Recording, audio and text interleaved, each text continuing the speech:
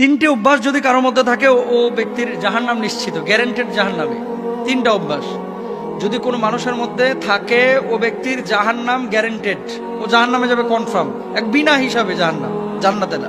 আল্লাহ রাসূল সাল্লাল্লাহু আলাইহি ওয়াসাল্লাম বলেছেন, দেখেন আল্লাহ তাআলা কিন্তু কোনো মানুষকে জাহান্নামে পোড়ানোর জন্য বানান নাই। আল্লাহ বানিয়েছেন মানুষকে বড় মায়া করে, দয়া করে, রহম করে, মানুষ যাতে করে সুপথে ফিরে আসে, আল্লাহকে ডাকে, আল্লাহকে স্মরণ করে এবং আল্লাহর জান্নাতে যায়।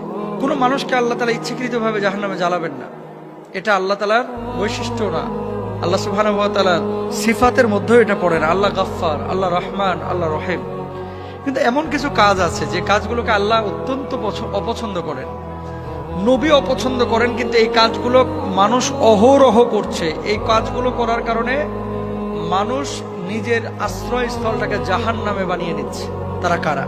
এক নম্বর, রাসূল আকরাম সাল্লাল্লাহু আলাইহি ওয়াসাল্লাম বলেছেন, মুদমিনুল খামর, যে মানুষটা নিয়মিত মদ পান করে, বছরে একবার পান করলো সে কবিরা গুনাহ করেছে। কিন্তু যে দিন রাত 24 ঘন্টা মদের সাথে সম্পৃক্ত রাখে, মদ ছাড়া তার চলে না, মদ না খাইলে শরীর কনকন করে, মদ না খাইলে মাথা ব্যথা করে, মদ না খাইলে মাথা জ্যাম হয়ে যায়, মদ না খাইলে বউকে ভাল লাগে না, মদ না খাইলে ঘুম আসে না, মদ না খাইলে চলাফেরায় সমস্যা, এরকম কিছু মানুষ আছে। কিন্তু যদি এরকম কোনো মানুষ থাকে এই জমিনের মধ্যে যে যার চলাফেরা, উঠা বসা সবকিছুই মদের সাথে সম্পৃক্ত, এ মানুষটা জাহান্নামী, জাহান্নামকে তার আশ্রয়স্থল বানিয়ে নিয়েছে।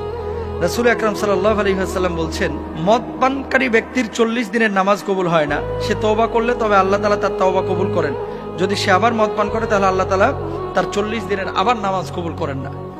এর মানে এই না যে আমি একবার মদ খাইছি বা সিগারেট খাইছি বা জর্দা খাইছি বা নেশা করেছি, থাক আর নামাজের ধারে কাছে যাওয়ার দরকার নাই, কারণ 40 দিন তো নামাজ কবুল হবে না। বিষয়টা এরকম না। নামাজটাও পড়বে, তওবাটাও কন্টিনিউ করবে, আর মদটাকেও ছেড়ে দেওয়ার চেষ্টা করবে। ইয়া আইয়ুহাল্লাযীনা আমানু লা তাকরাবুস সালাতা ওয়া আনতুম সুকারা, হে ঈমানদাররা, তোমরা নামাজের ধারে কাছে যাও না। কখন? যখন তোমরা নেশাগ্রস্ত অবস্থায় থাকো। এটা কিন্তু স্পষ্টভাবে